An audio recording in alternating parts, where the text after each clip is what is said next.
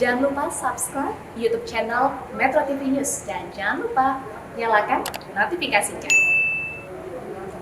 Ya, kami akan membahas isi draft RUU IKN yang sudah disahkan menjadi undang-undang di rapat paripurna di DPR hari ini bersama Menteri PPN yang juga Kepala Bappenas Suharso Monoarfa yang bergabung dari luar studio. Selamat malam Pak Suharso, apa kabar? Baik. Baik Pak Suharso, terima kasih. Pak Suharso, saya ingin mengawali dialog kita dengan apa yang tadi kita saksikan sebelumnya, informasi sebelumnya terkait pro kontra pemilihan nama Nusantara. Bagaimana prosesnya hingga akhirnya Presiden memutuskan nama itu yang dipakai? Ya, saya kira pro dan kontra itu kan sesuatu yang wajar saja, ada yang setuju ya. Dan nama Nusantara itu kan kalau kita lihat dalam semantik historisnya itu kan banyak cerita-cerita asal muasal cerita itu, apakah di buku negara Tagama atau sebelumnya di zaman Singosari, Kartanegara, kemudian dikenalkan di dalam sejarah modern Indonesia oleh Ki Hajar Dewantoro, dan kemudian telah menjadi lingua franca pada zamannya. Tapi saya kira yang paling penting kan Nusantara itu kemudian dikenal luas dan ikonik. Tetapi di dalam undang-undang ini Nusantara itu dideskripsikan. Jadi dideskripsikan itu yang penting. Jadi Nusantara itu dideskripsikan sebagai konseptualisasi atas wilayah geografi Indonesia dengan konstituen pulau-pulau yang disatukan oleh lautan. Yang di dalamnya terbersit pengakuan kemajukan geografis yang disertai dengan kemajukan budaya, seperti yang saya jelaskan. Dan sehingga Nusantara itu sebuah konsep kesatuan yang mengakomodasi kekayaan kemajemukan Indonesia. Sehingga dengan nama Nusantara kita berharap Ibu Kota Negara Kesatuan Republik Indonesia itu merepresentasikan realitas tadi, kekayaan tadi. Realitas kekayaan kemajemukan Indonesia menjadi modal sosial untuk memajukan kesejahteraan rakyat yang berkeadilan, menuju masa depan Indonesia yang maju, tangguh, dan berkelanjutan. Itu penting. Jadi gini, kita deskripsikan. Jadi kalau ada orang mengatakan, ya sekarang aja ada kafe Nusantara, di DPR ada ruang Nusantara 1, Nusantara 2, dan seterusnya. Jadi kalau ada yang mengatakan kemudian ini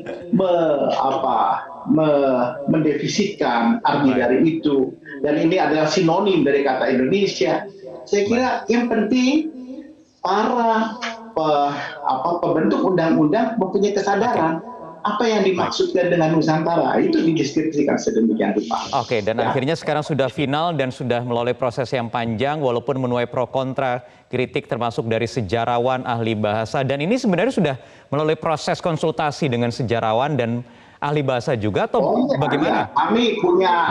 Kami sudah dengan para ahli bahasa, para ahli yang mengerti dengan kata-kata Sanskerta itu, dan kemudian jumlah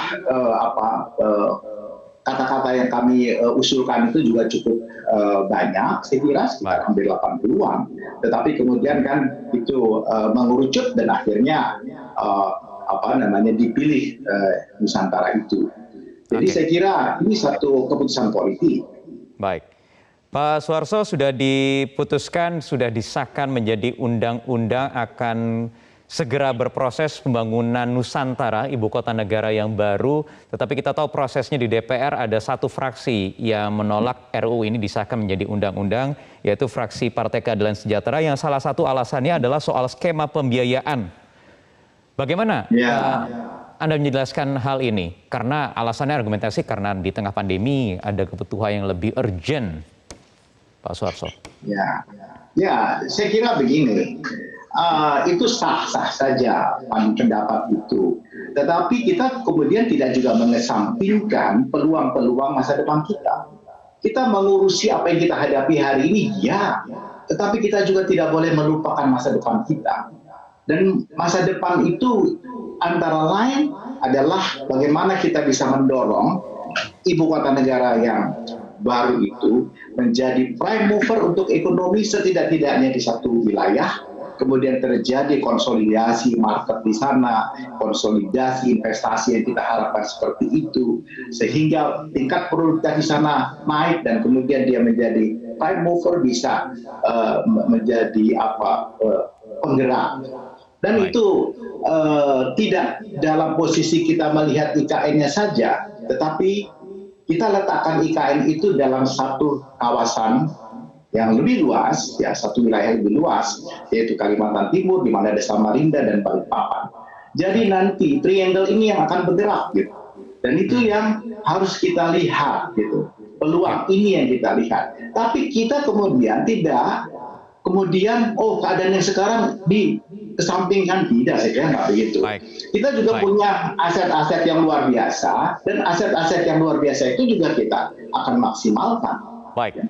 Baik, Pak Suarso, isu kemudian berikutnya yang tak kalah besar, tak kalah seksi adalah siapa yang menjadi kepala otorita ibu kota negara nanti. Kabarnya Presiden sudah mengantongi nama yang akan dipilih menjadi kepala otorita.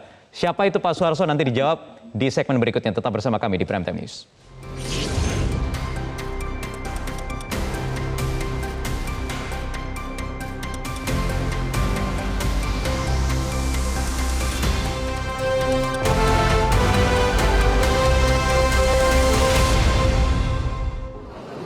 Kami dari Kementerian Keuangan tentu kita memahami kita sekarang masih dalam situasi pandemi COVID.